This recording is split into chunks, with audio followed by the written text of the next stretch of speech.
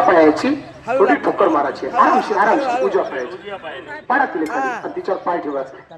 बस आरामशीर. का ठेवायचा पाय?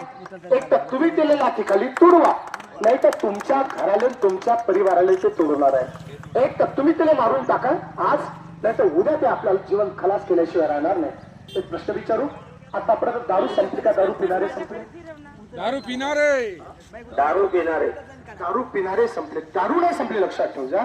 पण आज आमचे आदरणीय आमचे योगेश भाऊ, आज त्यांना माझी दया आली, एका भिकाऱ्याची खरी जाण केली.